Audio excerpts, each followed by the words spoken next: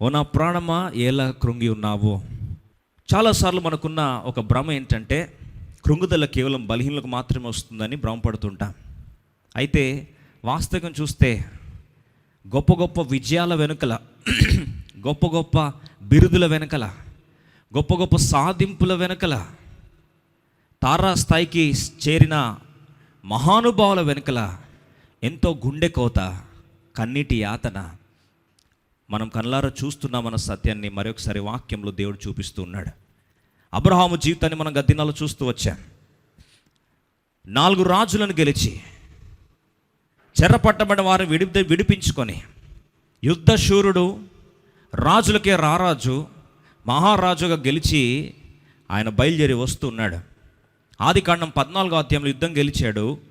15వ అధ్యాయానికి వచ్చేసరికి మన గత దినాల్లో చూస్తూ వచ్చాం. ఇదంతయు జరిగిన తర్వాత అబ్రహాము ప్రతిస్పందన కృంగిపోయిన వాడై దేవుడే తను తాను ఆ అబ్రహాం యొక్క హృదయ లోతుల్లో జరుగుతున్న ఆ మానసిక ఆ యొక్క ఒడిదొడుకులను జ్ఞాపకం చేసుకున్న దేవుడు, ఓ అబ్రహాము నువ్వు భయపడుతున్నావు, ఎందుకు భయపడుతున్నావు? భయపడొద్దు, నేనే నీ కేడము, నేనే నీ అత్యధిక బహుమానము అని చెప్తూ ఎప్పుడైతే దేవుడు ఆయనకు వాగ్దానాలు జ్ఞాపకం చేయబోయాడో వెంటనే ఆయన అంటున్న మాట ఏంటంటే, అయ్యా నువ్వు ఏమిచ్చి ఏమి లాభం, నాకు భవిష్యత్తుకి నాకు వారసుడు లేడు, నువ్వు ఇచ్చినా సరే ఇప్పుడు నేను చనిపోతే ఏంటి పరిస్థితి?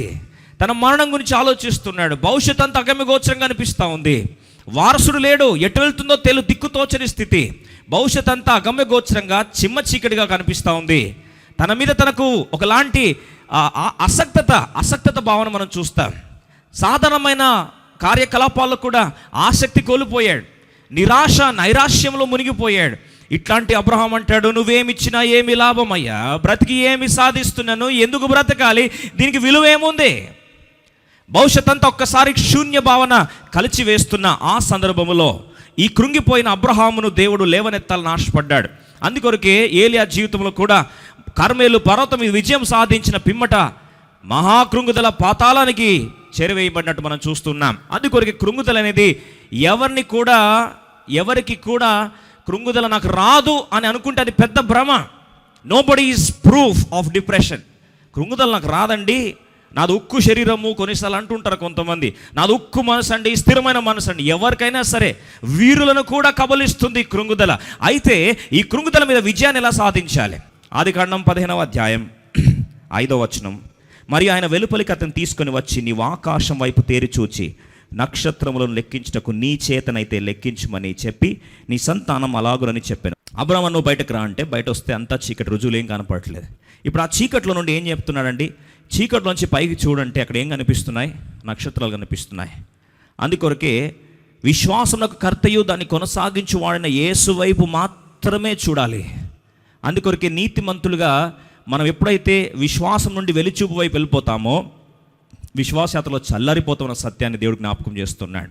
అదే నీతిమంతులుగా ఈ పరిస్థితిలో చల్లారిపోతున్న పరిస్థితిలో అనేక సార్లు డిస్టర్బ్ అయిపోతున్న పరిస్థితిలో ఎప్పుడైతే మనము యేసు వైపు చూడడానికి ప్రయత్నిస్తామో అక్కడ రాయబడిన మాట చూస్తే మొదటిగా ఆ అబ్రహామును ధైర్యపరచడానికి నక్షత్రాల వైపు పైకి చూడో. నువ్వు కింద చూస్తే మట్టి ఉంది కదా, కింద చూస్తే ఇసుక రేణువులు ఉన్నాయి కదా, కింద చూస్తే దుమ్ము కదా, నిర్జీవమైంది కదా, దాన్ని చూడాల్సిన అవసరం లేదు. నువ్వు చూడాల్సింది ఎటువైపు అంటే ఈ చీకటి ఆధారాలు లేని ఈ ప్రాంతంలో నుండి నువ్వు చూడాల్సింది నక్షత్రాలను. అందుకొరకే పరిష్కార మార్గంలో అబ్రహాము యొక్క కృంగుదల లేవనెత్తడానికి బైబిల్లో అద్భుతమైన మాట రాస్తుంది. ఆదికాండం 15వ అధ్యాయం 1వ వచనం అందరం కలిసి చదువుకో. ఇవి జరిగిన తర్వాత యెహోవా వాక్యము అబ్రహామును దర్శనమందు వచ్చి, యెహోవా వాక్యము అనే పదాన్ని మనం ఒక్కసారి బైబిల్లో మొదటిగా ఎక్కడొచ్చిందని చూస్తే ఎగ్జాక్ట్గా ఆదికాండము 15వ అధ్యాయం 1వ వచనంలో వచ్చింది. యెహోవా వాక్యమే కృంగుదలకు పరిష్కారం. బహుశా మీరు అనొచ్చు, అదేంటండి దేవుని వైపు చూడమన్నారు మళ్ళీ వాక్యం వైపు అంటున్నారంటే, ఆదిందు వాక్యం ఉండను, వాక్యము దేవుని యొద్ద ఉండను, వాక్యమే దేవుడై ఉండను.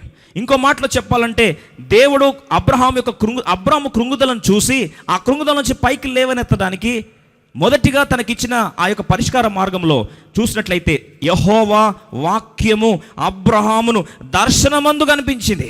వచ్చి వాక్యము ద్వారా లేవనెప్పని చేస్తున్నాడు. ఆ కృంగుదలలోంచి ఆయనను పైకి లేవనెత్తడానికి పరిశుద్ధాత్మ దేవుడు ఈ వాక్యం రాసి పెట్టాడు. అందుకొరకు తొలిసారి మొట్టమొదటి పరిచయం వాక్యం, యెహోవా వాక్యం అనే పదం ఇక్కడే చూస్తాం. ఆ తర్వాత పాత నిబంధనలో సుమారు 100 సార్లు వచ్చింది ఆ పదం. 100 సార్లు వచ్చినప్పటికీ మొదటిగా మనం పరిష్కార మార్గం చూస్తే, కృంగుదలలో తొలి పరిష్కారం చూస్తే వాక్యము ద్వారానే దేవుడు పరిష్కరిస్తాడు. చాలాసార్లు 3 పరిష్కారం మనం చూస్తాం. మొదటిది, భావోద్వేగాలలో బట్టి నీ తీర్మానం చేసుకోవాల్సిన అవసరం లేదు. మొదటి లోపల చూస్తాడు భావోద్వేగాలు ఉంటాయి, పట్టించుకోవాల్సిన అవసరం లేదు.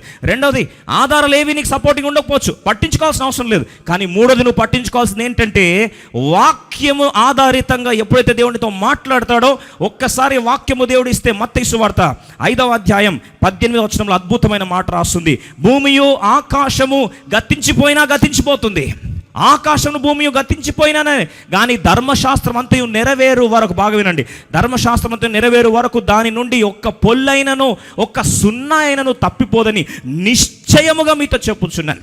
మరొకసారి గమనిస్తే, ష్యూర్, క్లారిటీ, అష్యూరెన్స్, ధైర్యం, నిశ్చయత దేంట్లో ఉంది అంటే భావోద్వేగాల్లో కాదు, రుజువుల్లో కాదు. మూడోది, వాక్యములో మాత్రం ఉంది. అందుకు యెహోవా వాక్యము అబ్రహామునకు దర్శనమైనప్పుడు ఈ రుజువు ద్వారా కృంగుదల నుండి అబ్రహామును దేవుడు పైకి తీసుకొని రావాలని ప్రయత్నిస్తున్నాడు. ఈరోజు సమస్య ఏంటంటే, నిజమైన వాక్యం కానీ నీకు తగులితే, నిజమైన వాక్యం కానీ నువ్వు వింటే, నిజమైన వాక్యం కానీ నీ హృదయంలో నువ్వు కానీ అంగీకరించడానికి ఇష్టపడితే, ఎండిన ఎముకలను కూడా మహా సైన్యంగా మార్చేది బతికించే వాక్యం. ఈరోజు ఇట్లాంటి వాక్యాన్ని దేవుడిని ముందుగానే పరిచయం చేస్తున్నట్లయితే నువ్వు ధన్యుడవు.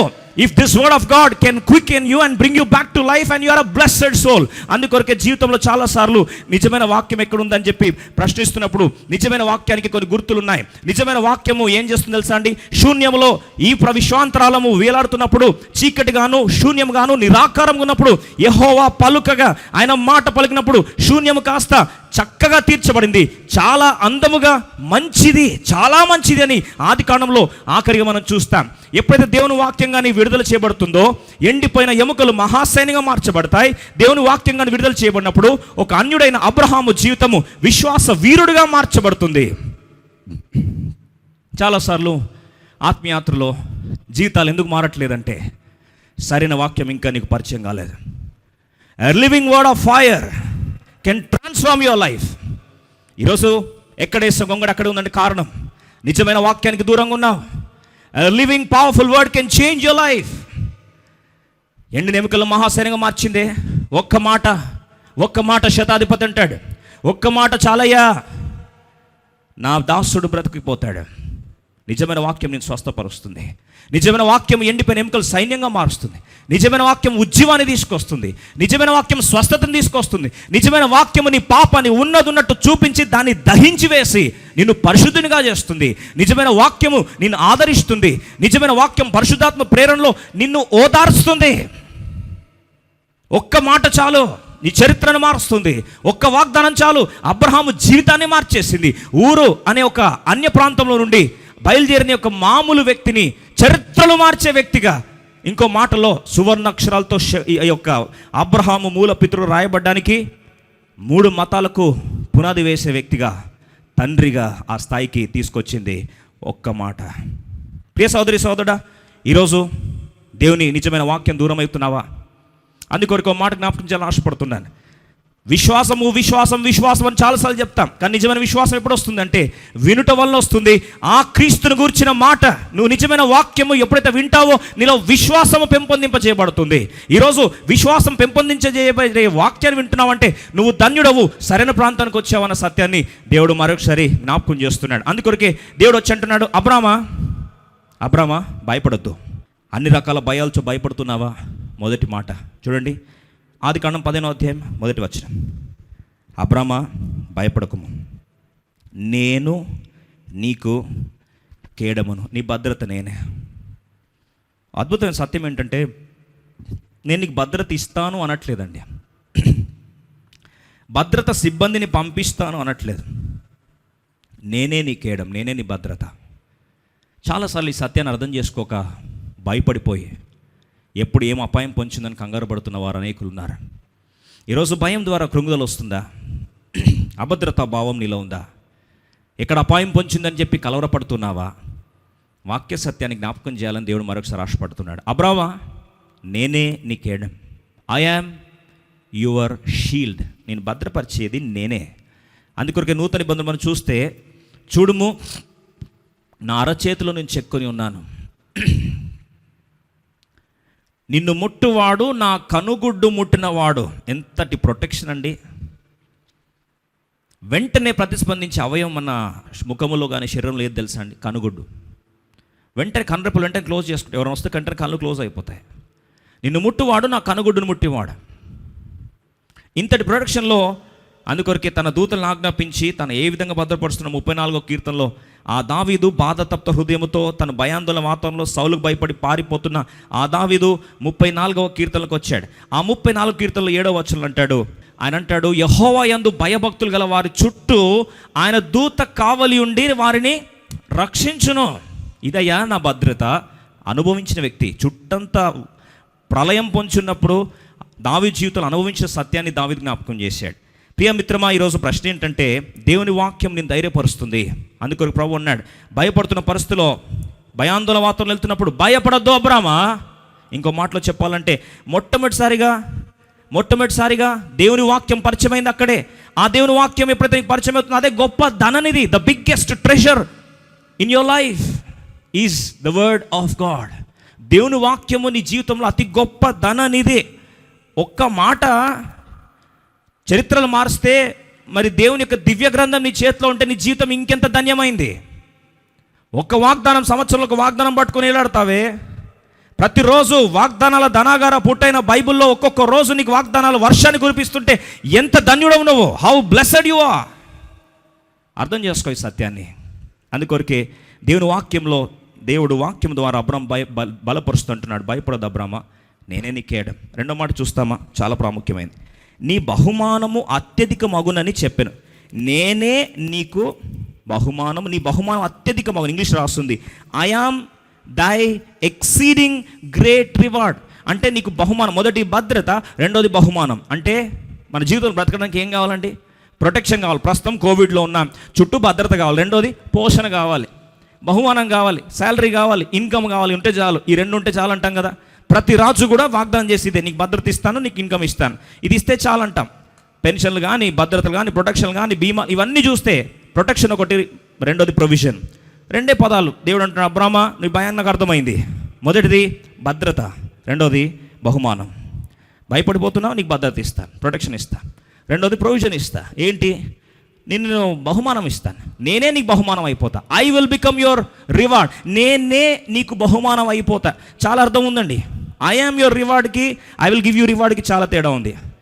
నేను నీకు జీతం ఇస్తాను అనేది ఒక పదం, అది ఎవరైనా ఇస్తారు, ప్రపంచంలో ఇస్తుంది. కానీ ప్రభు ఏమంటారో తెలుసు, అబ్రామా నేను జీతం ఇస్తాను కాదు, నేనే నీకు జీతం అయిపోతా, నేనే నీ బహుమానం అయిపోతా, నేనే నీకు అత్యధికమైన బహుమానం అయిపోతాను అంటాం. మనం ఏమంటాం తెలుసా, నువ్వెందుకు ప్రభా జీతం ఇస్తే బాగుండు కదా అంటాం.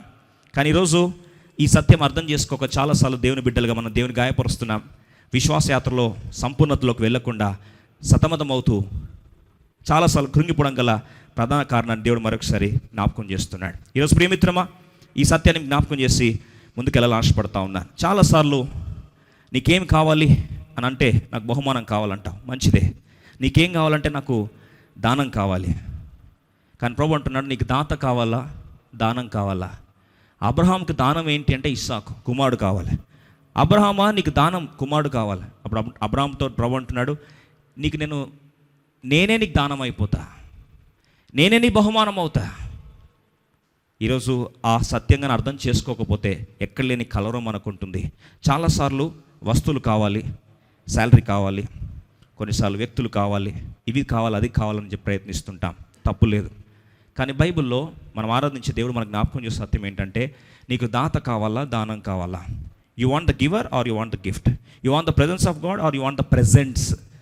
ఆలోచించి అడిగినప్పుడు ప్రశ్న ఏంటంటే, చాలాసార్లు మనం అంటాం, నాకు దానమే కావాలి ప్రభువా, నాకు దాత అక్కర్లేదు. దాత ఉంటే అన్ని దానాలు నీయే. కానీ దాత విలువను గుర్తెరగట్లేదు. ఈరోజు అక్కడే కృంగిపోతున్నాం.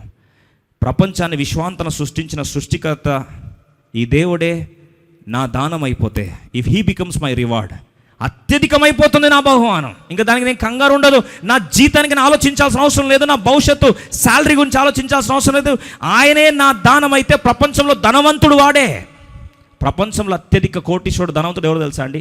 దాతే నీ దానం అయితే నువ్వు ధనవంతుడివి. మరొకసారి రిపీట్ చేస్తాను. సర్వలోక ప్రదాత అయిన దాతే నీ దానమైతే నువ్వు ధనవంతుడివి.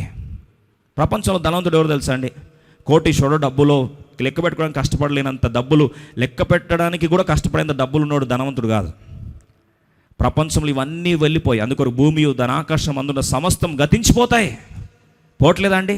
కోవిడ్-19 వచ్చి ఏమైపోతుంది, చివరికి నోట్ తీసుకోవాలంటే కూడా శానిటైజ్ చేసి తీసుకోవాల్సి వస్తుంది.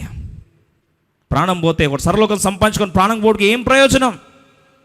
అయితే నిజమైన ధనవంతుడు ఎవరు అంటే దేవుణ్ణి తనకు కలిగిన వ్యక్తే ధనవంతుడు. అందుకొరకే ఆశాపు అంటాడు, ఆకాశం నీవు తప్ప నాకు ఎవరున్నారయ్యా, నీవు నాకున్న ఈ లోకంలో నాకు ఏది అక్కర్లేదు ప్రభువా. చెప్పగలవు ఈరోజు ఈయన పరిస్థితి అన్నీ అయిపోయిన తర్వాత బహుశా కూర్చొని ఆలోచిస్తే నాకు ఏం మిగిలింది అనే ప్రశ్న వస్తున్న సందర్భం ఏమో. ప్రభు అంటాడు, అబ్రామా నేనే నీ బహుమానం. నువ్వు ఎప్పుడైతే నా హృదయాన్ని దోచుకున్నావో ఆ రోజు నాకు అర్థమైంది. అక్కడ సొదొమ ఇస్తుంటే తీసుకోలేదు. నువ్వు గెలిచి వస్తున్నప్పుడు దాంట్లో 10వ భాగాన్ని 10వ భాగాన్ని తెచ్చి నాకు ఇచ్చావు. యాజకునికి ఎప్పుడైతే తెచ్చిచ్చావో, మెల్కీసెదెకు యాజకుని గారు నాకు ఇచ్చావో, నా హృదయం తాకబడింది. అయ్యా నేనే నీ బహుమానం అయిపోయాను. బహుమానం అయిపోయిన సరికే ఇప్పుడు ఆ పరిస్థితిలో వాస్తవంగా చూస్తే ఆయన మనసులో కావాల్సింది ఏంటండి? ఇస్సాకు కావాలి. అది నిజమైన బహుమానం అనుకునేవాడు. కానీ దాత కావాలా, దానం కావాలంటే ఆ పరిస్థితిలో కృంగిపోయినప్పుడు అంటున్నాడు. చాలాసార్లు ఎప్పుడు కృంగుదల వస్తుంది తెలుసా అండి? వస్తువుల కొరకు ప్రయత్నిస్తావు, కృంగుదల వస్తుంది. అది లేకపోయేసరికి కృంగుదల వస్తుంది. శాలరీకి ఎక్స్పెక్ట్ చేస్తావు, ఎక్స్పెక్టేషన్స్కి శాలరీ రాకపోతే, ఇంక్రిమెంట్ రాకపోతే కృంగుదల వస్తుంది.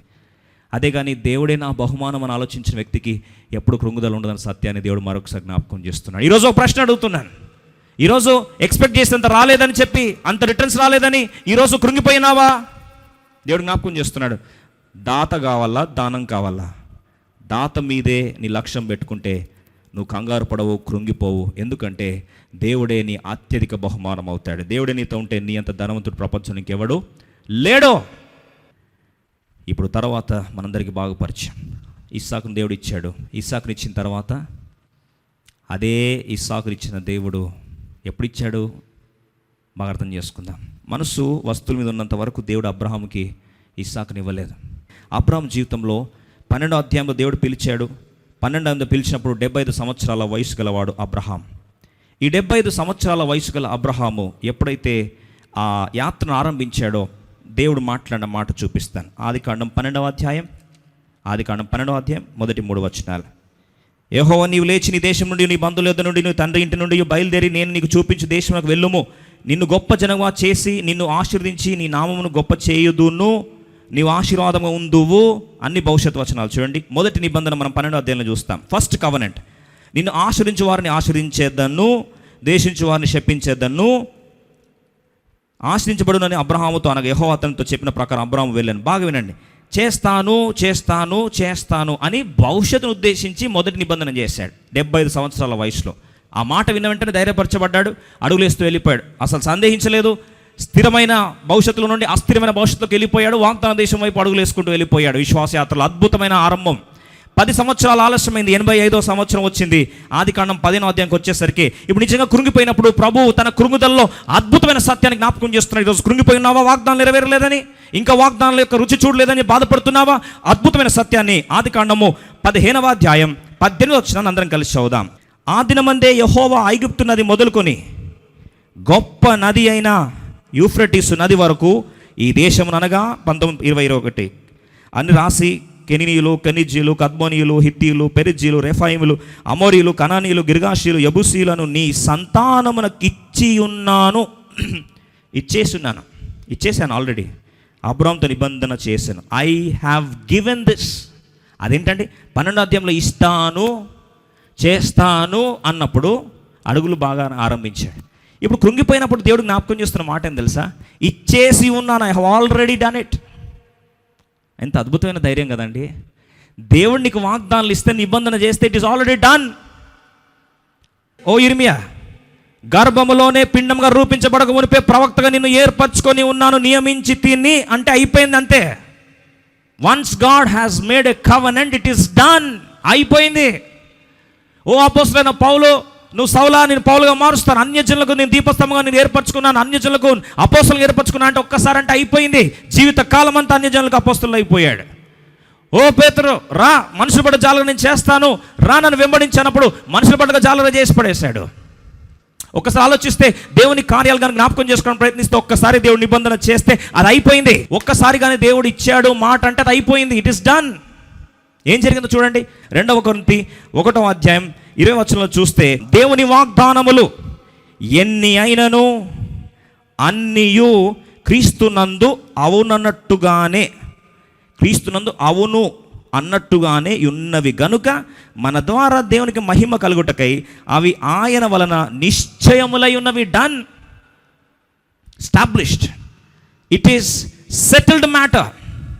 అదేంటండి? నిత్యత్వం అనే ఒక కాలచక్రాన్ని ఒక్కసారి ఆరంభిస్తే మనందరికి బాగా పరిచయం. ఒక్కసారి దేవుడు నిబంధన చేశారంటే అది నిత్యపు పుటల్లో నెరవేర్చబడింది ఆల్రెడీ. మరి మీరు అనొచ్చు, నిత్యం నెరవేర్చబడితే మళ్ళీ ఇంకెందుకు వెయిట్ చేస్తున్నామంటే, ఏదైనా సరే తన కాలమానం ప్రకారం ముందే దేవుడు నెరవేర్చి ఉన్నాడు. జగత్తు పునాది వేయబడమునికే క్రీస్తులో వధించబడిన దేవుని గొర్రె పిల్ల అని మనందరికి బాగా పరిచయం. మరి ముందే వధించబడినప్పుడు మళ్ళీ కాలము సంపూర్ణపడి ఎందుకు రావాల్సి వచ్చింది అంటారేమో. వాగ్దానం ఒకసారి చూస్తే నిబంధన, మొదటి నిబంధన ఆదికాండము 3వ అధ్యాయానికి వస్తాం, 15వ వచనం చూస్తాం. మొదటి నిబంధన దేవుడు చేస్తున్నా, మరియు నీకును స్త్రీకిని నీ సంతానముకును ఆమె సంతానముకును వైరము కలగజేసేదను, అది నిన్ను తల మీద కొట్టును, నీవు దానిని మడిమ మీద కొడదు. స్త్రీ సంతానానికి సర్ప సంతానానికి వైరం వస్తుంది. పాముతో సాతానుతో అంటున్నాడు, నీ సంతానాన్ని స్త్రీ సంతానము తల చితకదొక్కుతాడు. ఎవరండి స్త్రీ సంతానము? యేసు క్రీస్తు ప్రభువారు స్త్రీ సంతానము తల చితకదొక్కుతాడని ముందే నిబంధన చేసేసాడు. అయిపోయింది. జగత్తు పునాది వేడుక క్రీస్తులో ఏర్పరచబడిన దేవుని గొర్రెపిల్ల అయిపోయింది, వధించబడింది. మరి ఇంకేంటి? ఇన్ ద ఇటర్నిటీ పాస్ట్, ఒక్కసారి వెనుకల నిత్యత్వము వెనుకలకు వెళ్తే వాగ్దానాలన్నీ నెరవేర్చబడ్డాయి. అవును, ఆమెన్, స్థిరపరచబడింది, అయిపోయింది, నేను ఇచ్చేసి ఉన్నాను అంటే దేవుని కాలమానం ప్రకారం ఆల్రెడీ వాగ్దానాలన్నీ కూడా అయిపోయింది, నెరవేర్చేశాడు. మీరు అనొచ్చు, మరి మేము ఇంకా చూడలేదు కదా అంటే, భౌతికంగా వాటి యొక్క నెరవేర్పుని ఇంకా చూడకపోయినంత మాత్రాన సమయం కొరకు వేచి ఉండాల్సిన మాత్రం బాగా అర్థం చేసుకోండి. అబ్రాహాము నీకు వాగ్దాన దేశం ఇస్తాన్నారు, మరి అబ్రాహాం పోయాడా వాగ్దాన దేశానికి? పోలేదు. మరి ఎప్పుడు వాగ్దాన దేశం సొంతమైంది? దేశం ఇచ్చి ఉన్నాను, 7 జాతులు తరుముతాను ఎప్పుడు అన్నారు? మనందరికి బాగుపచ్చాం. 1948వ సంవత్సరం ఇస్రాయల్ దేశము వారు ఇండిపెండెన్స్ పొందారు. వారంతా అప్పుడు దేశాన్ని వారు సంపాదించుకున్నారు. అంటే మరి అబ్రాహాం చూడలేదు కదా. బాగా అర్థం చేసుకుంటే, ఇన్ ఇటర్నల్ క్యాలెండర్, దేవుని యొక్క నిత్య కాలమానములో అబ్రహాము చూసి ఉన్నాడు. అందుకొరకు యోబు అంటాడు, నా విమోచకుడు సజీవుడనియు నేను మరలా భూమి మీద చూస్తాను. ఎప్పుడైనా నువ్వు చూసేది? పునరుద్ధరణైన క్రీస్తుని ఎప్పుడు చూస్తావు? అందుకొరకే నిత్యత్వము, విశ్వాస యొక్క జీవిత చరిత్ర ఎప్పుడు కూడా నిత్యత్వం అనే కాలమానం ప్రకారం జరుగుతుంది. We go by the eternal calendar, we don't go by the time permissible limits. ఎందుకంటే దేవుడు కాలానికి అతీతుడైన దేవుడు, కాలచక్రాన్ని ఆరంభించిన దేవుడు, తన వాగ్దానాలను తన చిత్తానుసారంగా నిత్యమనే కాలమానంలో నెరవేర్చుకునే దేవుడు. ఈ సత్యం తెలిస్తే కంగారు. అందుకు అబ్రాహాంతో నీకు ఇచ్చేస్తున్నాను, ఆల్రెడీ ఇట్ ఇస్ ఫినిష్డ్. దేవుని వాగ్దానం అంటే ఒకసారి చెప్తే అయిపోయింది అంతే. వాగ్దాన దేశానికి తీసుకెళ్ళని కొరకు నేను నిన్ను విడిపిస్తాను అన్నాడు. అయిపోయింది, విడిపించేశాడు దేవుడు. ఒక మాటలో మనం చూస్తే బైబిల్ చరిత్రలో ఒక్కసారి జ్ఞాపకం చేసుకుంటే, ఓ యోసేపు, మిగతా పనులన్నీ కూడా నీకేం చేస్తాయి? నమస్కారం చేస్తాయని వాగ్దానం చేస్తే అయిపోయింది, నెరవేరిపోయింది. నిజంగానే పనులని కూడా నమస్కరించాయి. ఈరోజు దేవుడు వాగ్దానం ఇచ్చి, అందుకొరకు యెహోషువ భక్తుడు అంటాడు, ఆయన ఇచ్చిన వాగ్దానంలో ఒక్కటైనను కూడా నెరవేరకుండా ఉండలేదు.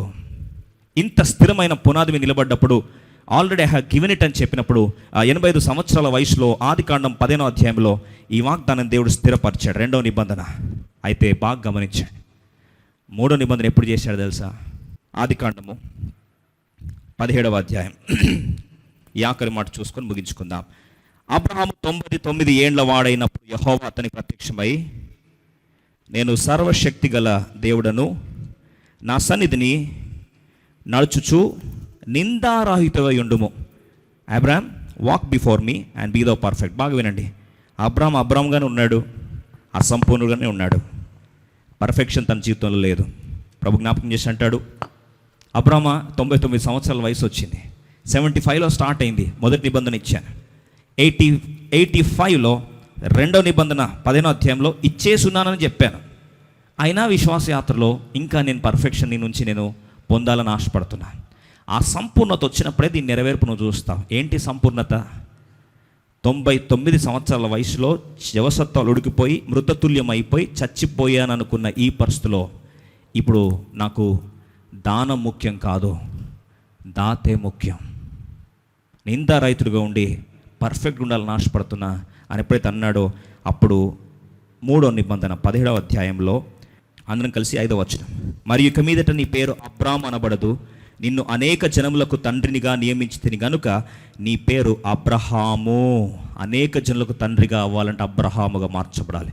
నీ వాగ్దానం నెరవేర్చబడాలి అంటే అబ్రాము కాస్త అబ్రహాముగా మార్చబడాలి. From imperfection he has to come to perfection. మరి ఈ మార్పుకు దేవుడు కోరుకున్నది ఏంటి అంటే, నీకు దాత ముఖ్యమా, దానం ముఖ్యమా? వాగ్దానము నెరవేర్పు ముఖ్యమా, లేదా నిత్య కాలమానంలో నెరవేర్చబడిందన్న సత్యం ముఖ్యమా? ఈ జ్ఞాపకం చేస్తున్నప్పుడు ఒక అద్భుతమైన సత్యాన్ని మనం చూస్తే, అబ్రహాము జీవితంలో ఈ మార్పు 99 సంవత్సరాల వయసులో మార్పు వచ్చి, అయ్యా నాకు దాత ముఖ్యం, దానం ముఖ్యం కాదు. ఎందుకంటారా? ఈ దాత సామర్థ్యాన్ని ఏ స్థాయిలో అర్థం చేసుకున్నాడో హెబ్రీయుల పత్రిక 11వ అధ్యాయం 7వ వచనంలో దేవుడు పరీక్ష పెట్టినట్టు పరిశుద్ధాత్ముడు రాసి పెట్టాడు. ఈ పరీక్షలో చాలాసార్లు జీవితంలో కృంగిపోయినావేమో, చాలాసార్లు దేవుడు నన్నెందుకు అడుగుతున్నాడు ఈ ప్రశ్న, నన్నెందుకు కోరుచున్నాడు ఈ ప్రశ్న, నేను ఇష్టపడింది లేక ఇష్టపడింది నా కొడుకునో నా కుమారునో ప్రేమిస్తే ఈరోజు నా కుమారునే కావాలంటున్నాడు దేవుడు. నేను ప్రేమించింది ఈ ఆస్తినైతే ఈరోజు ఇదే లేక సంపాదించుకుంటే ఇదే కావాలంటున్నాడు. లేక ఇదో వస్తే దీన్నే కావాలంటున్నాడు. లేక ఈ ప్రాపర్టీ నాకుంటే దీన్నే కావాలంటున్నాడు. ఇదేంటి బహుశా దేవుడు సాడిస్ట్ ఏమో అనుకుంటున్నావా? వాస్తవంగా దేవుడు పెట్టే పరీక్ష. హెబ్రీయుల పత్రిక 11వ అధ్యాయం 17, 18, 19 ఉంది. అబ్రహాము శోధింపబడి, టెస్ట్ ఏంటట, విశ్వాసమును బట్టి ఇస్సాకును బలిగా అర్పించాడు. ఎలా బలిగా అర్పించాడు చూడండి. దాని తర్వాత, ఎవడును ఆ వాగ్దానం సంతోషముతో అంగీకరించెనో, ఇస్సాకు వలన అయినది నీ సంతానమడబడిన ఎవనితో చెప్పబడెనో, అబ్రహాము మృతులను సహితము లేపుటకు దేవుడు శక్తిమంతుడని యోచించిన వాడి. చనిపోయిన వారిని లేవనెత్తే దేవుడయ్యా. ఈ స్థాయికి వస్తే అది నాకు ఆ దాత కావాలి, నాకు దానం ముఖ్యం కాదని నమ్మినప్పుడు తన ఏక కుమారుని అర్పించి ఉపమాన రూపకంగా అతనిని మృతులలో నుండి మరలా పొందెను. శరీరము మృతతుల్యమైపోయి చచ్చిపోయిన పరిస్థితిలో ఉన్నప్పుడు దేవుడు నా కుమారుని ఇచ్చాడే, అదే దేవుడు మృతులలో నుండి సజీవ చేయగల దేవుడు.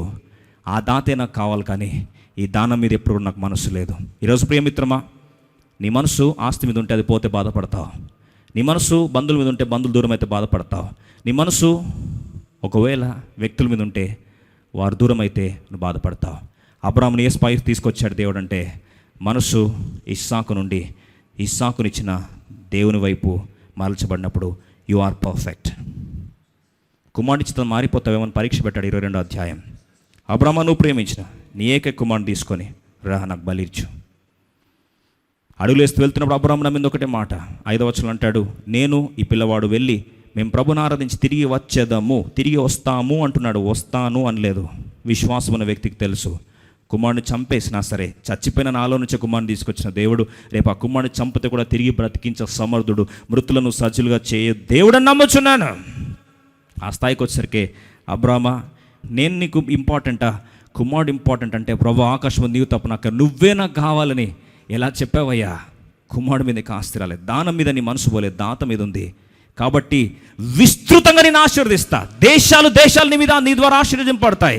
నీ పేరు ద్వారా I will bless everyone just because of you. నిన్ను బట్టి ఆశీర్వదిస్తా. ప్రపంచంలోని కోట్లు, ఆస్తి, అధికారము, పరపతి సమస్తాన్ని నీ ద్వారా ఇస్తానయ్యా అని చెప్పి ఒక్కసారి ఆ వాగ్దాన నిబంధన చేసి నెరవేర్చేసి ఆ నెరవేర్పును 2వ అధ్యాయంలో మనం చూస్తాం. ప్రియ సోదరి సోదరుడా, ఈరోజు ప్రశ్న ఏంటంటే, నీ మనసు వస్తువుల మీద, వ్యక్తుల మీద, స్థాయిల మీద, పరపతి మీద ఉంటే ఇవన్నీ మారిపోతున్నావు, కృంగిపోతావు. అదే లేదు ప్రభు నాకు నువ్వే ప్రాముఖ్యం, యు ఆర్ మై రివార్డ్ అని ఏ స్థాయికి వస్తావు ప్రభు అంటాడు. నింత రైతులు ఉండి ఈరోజు 99 సంవత్సరాల వయసులో ఇప్పుడు you are eligible to experience the execution of the promise. ఇప్పుడు వాగ్దాన నెరవేర్పుకు నువ్వు యోగ్యుడవయ్యా, అర్హుడవి. ఎందుకంటే నీ మనసు చలించిపోయి మారిపోయే దానం మీద కాదు, కానీ ఇవి ఇచ్చిన దాత మీద ఉంది. కాబట్టి నీ తీర్మానం ఏం చేస్తున్నాను? ముద్రిస్తున్నాను. ప్రియ సోదరి సోదరుడా, ఈరోజు ఫీలింగ్స్ బట్టి వెళ్తున్నావా? భావోద్వేగాలు బట్టి వెళ్తున్నావా? 2వది ఎవిడెన్సెస్, రుజువులు బట్టి వెళ్తున్నావా? 3వది వాగ్దానం బట్టి వెళ్తున్నావా?